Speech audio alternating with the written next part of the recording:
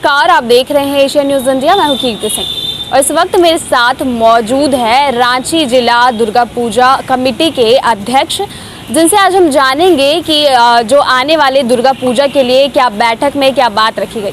आपकी जानकारी के लिए बता दूं कि रांची के प्रेस क्लब में पूरे रांची जिला के दुर्गा पूजा कमेटी के द्वारा एक बैठक रखी गई, जिसमें कुछ रणनीति तैयार की गई है कि किस तरह से आने वाले दुर्गा पूजा में पंडाल बनाए जाए, क्योंकि सरकार के द्वारा सख्त मनाही है ज़्यादा भीड़ इकट्ठा करने पर। इसलिए इन्होंने एक बैठक रखी जिसमें ये चर्चा की गई कि कोरोना गाइडलाइंस के पालन करते हुए किस तरह से ये लोग पंडाल बनाएंगे और किस तरह से विधिवत पूजा होगी। तो चलिए आज हम जानते हैं, पॉज करो। तो चलिए आज हम जानते हैं राजस्थान मित्र मंडल जो दुर्गा पूजा समिति है उनके अध्यक्ष से कि आखिर क्या बात हुई प्रेस क्लब में और किन नतीजों पर इनकी पूरी टीम आई है।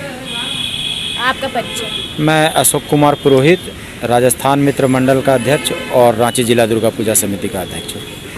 जिस तरह से प्रेस क्लब में आपकी एक बैठक रखी गई और बैठक में आप लोगों ने सारी रणनीति तैयार की कि किस तरह से कोरोना गाइडलाइंस के नियमों का पालन करना, क्या क्या बात हुई, क्या चर्चा हुई? देखिए, हम लोगों ने सबसे पहले यही ध्यान में रखा है कि इस बार जो पूजा होगी वो पूरी तरह से कोरोना महामारी को ध्यान में रखते हुए, क्योंकि इस कोरोना महामारी ने हम लोगों से समाज के कई बहुमूल्य रत्नों को हम लोगों से छीन लिया है और हम लोग नहीं चाहते हैं कि अब किसी तरह का किसी परिवार में कोई गम हो या कोई शोक हो। तो हम लोग पूजा की तैयारी उसी तरफ से कर रहे हैं।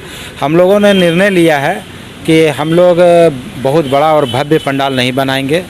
माँ दुर्गा की प्रतिमा बनेगी, लेकिन उसके ऊपर हम लोगों का कोई अंकुश नहीं होगा। जैसे पिछले बार सरकार ने गाइडलाइन जारी किया था कि 4 फीट की दुर्गा जी बनाई जाए, लेकिन हम लोगों का कहना है कि देखिए, दुर्गा माँ जो है वो शक्ति का रूप है और शक्ति का रूप जो होता है वो भव्य रूप होता है। तो 4 फीट में तो दुर्गा जी का वैसे प्रतिमा नहीं बनेगी और उसमें हम लोगों का भाव भी, जो हम लोग पूजा करते हैं तो जब माँ का पूजा करते हैं तो उसके प्रति भाव जगना चाहिए, तो वो भाव भी नहीं जगेगा। तो प्रतिमा में हम लोग अपना पंडाल छोटा बनाएंगे और छोटे पंडाल के अनुरूप ही मूर्ति बनाएंगे और पूरा सोशल डिस्टेंसिंग का हम लोग पालन करवाएंगे यहाँ पर। और आपके चैनल के माध्यम से हम लोग सरकार से अनुरोध करते हैं कि भाई आप हर दुर्गा पूजा पंडाल के बाहर एक वैक्सीनेशन कैंप लगाना चाहिए और हम लोग कोशिश करेंगे कि जिन्होंने वैक्सीन नहीं लिया है उनको हम लोग प्रवेश नहीं करने देंगे। और अगर सरकार पूजा पंडाल के बाहर जहां बहुत भीड़ होती है वहां अगर वैक्सीनेशन कैंप लगाएगी तो एक संदेश भी जाएगा और जो लोग वैक्सीन किसी कारणवश नहीं लगा पाए हैं तो वो उनका वैक्सीन भी लग जाएगा और लोग सुरक्षित भी रहेंगे। ये हम लोग चाह रहे हैं कि हम लोग सरकार से इस तरह का डिमांड रखेंगे। देखिए, एक अच्छी पहल है कि एक तरह से इन्होंने जो दुर्गा पूजा के बारे में सोचा है पंडाल बनाने का, इसके साथ ही इन्होंने खुद से एक नई तरकीब निकाली है कि अगर पंडाल में घूमने तो लोग आएंगे ही, क्योंकि दुर्गा पूजा है, जायज़ सी बात है कि लोग आते ही हैं, लेकिन नियमों का पालन होगा। इसके साथ ही इन्होंने कहा है कि वैक्सीनेशन कैंप लगाएंगे ताकि लोगों को और जागरूक किया जा सके टीकाकरण के प्रति, कोरोना से बचाव के प्रति। और भी मैं आपसे कुछ सवाल पूछूंगी।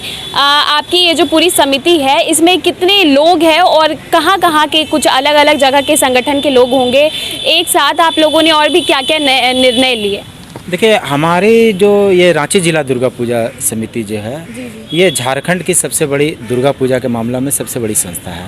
हमारे दुर्गा पूजा समिति में करीब 170 दुर्गा पूजा करने वाले लोग हम लोगों से जुड़े हुए हैं और जितने भी छोटे बड़े पूजा पंडाल के अध्यक्ष हैं उनके हम लोग आपस में संपर्क में रहते हैं और हम लोग आपस में सामूहिक रूप से बैठ के निर्णय लेते हैं। लेकिन हम लोगों का निर्णय लेने का मकसद सिर्फ एक ही रहता है कि आम जनता को हम लोगों के किसी भी निर्णय से परेशानी न हो, माँ की पूजा बढ़िया रूप से हुए, अच्छा से हुए और जल्दी से जल्दी। जैसे माँ की पूजा करते हैं तो हर मनोकामना के साथ पूजा करते, तो हम लोग पिछले बार भी पूजा किए थे कि हे माँ जल्दी से जल्दी हम लोगों को कोरोना से मुक्ति मिले और हमारा देश विकास की तरफ बढ़े।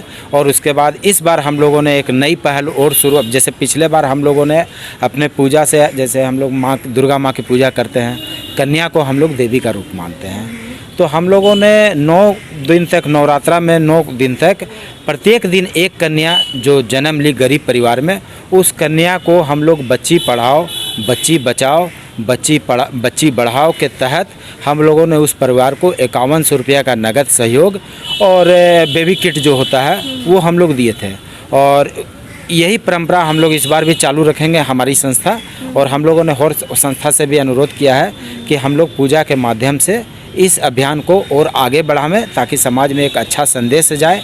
और इस बार उम्मीद है कि पिछले बार हम लोग 9 कन्या को किए थे, इस बार उम्मीद है कि हम लोग जो कर रहे हैं ये हर पूजा पंडाल वाले इसको फॉलो करेंगे। तो देखा आपने कि पंडाल हर जगह पर बनते हैं, पूजा के लिए झांकियां निकाली जाती है। कई जगह पर रांची में दुर्गा पूजा का माहौल ही कुछ अलग रहता है। मेले लगते हैं और लोग दूर दूर से रांची के पंडाल में घूमने के लिए आते हैं। 5100 रुपया का नगद सहयोग और बेबी किट जो होता है वो हम लोग दिए थे। और यही परंपरा हम लोग इस बार भी चालू रखेंगे हमारी संस्था। और हम लोगों ने और संस्था से भी अनुरोध किया है कि हम लोग पूजा के माध्यम से इस अभियान को और आगे बढ़ावें ताकि समाज में एक अच्छा संदेश जाए। और इस बार उम्मीद है कि पिछले बार हम लोग 9 कन्या को किए थे, इस बार उम्मीद है कि हम लोग जो कर रहे हैं ये हर पूजा पंडाल वाले इसको फॉलो करेंगे। तो देखा आपने कि पंडाल हर जगह पर बनते हैं, पूजा के लिए झांकियां निकाली जाती है। कई जगह पर रांची में दुर्गा पूजा का माहौल ही कुछ अलग रहता है। मेले लगते हैं और लोग दूर दूर से रांची के पंडाल में घूमने के लिए आते हैं। हर बार पंडाल का भी कंपटीशन होता है कि कहाँ की पंडाल ज़्यादा अच्छी बनी, लेकिन ये जो बात मैं सुन रही हूँ ये लोगों को प्रेरणा देती है, ये प्रेरित करती है लोगों को कि बेटियों को किस तरह से पढ़ाया लिखाया जाए और आगे बढ़ाया जाए।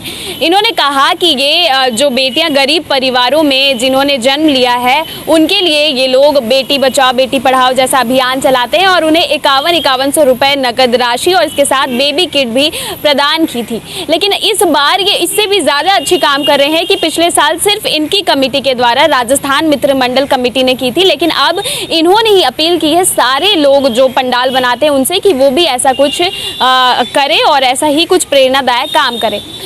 जिस तरह से पिछले साल गाइडलाइंस में कहा गया था कि प्रसाद नहीं बांटना है, तो इस बार सरकार के द्वारा ऐसी कोई गाइडलाइन जारी की गई है? अभी सरकार की कोई गाइडलाइन नहीं है और सरकार को इस बात को समझना चाहिए क्योंकि जैसे जो भी ये पूजा होती है इसके 3 महीने पहले से तैयारी हो जाती है। मूर्ति बुक होता है, पंडाल बुक होता है और हर तरह का काम होता है। 3 महीना पहले बुक करते हैं लाइट वगैरह, लेकिन सरकार की कोई गाइडलाइन नहीं है ये।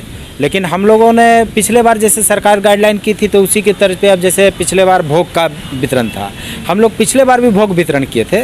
लेकिन भोग वितरण की एक तरीका होती है कि उसको भीड़ न लगा के हम लोग, भीड़ नहीं लगना चाहिए, तो हम लोगों ने छोटा छोटा डब्बा बनाकर उसमें प्रसाद डालकर, अब जैसे प्रसाद है तो मोहल्ले में तो प्रसाद जाएगा तो उनको हम लोगों ने घरों में जाकर उनके घरों तक उनको पहुंचा दिया प्रसाद। इस बार भी हम लोग उसी तरह करेंगे।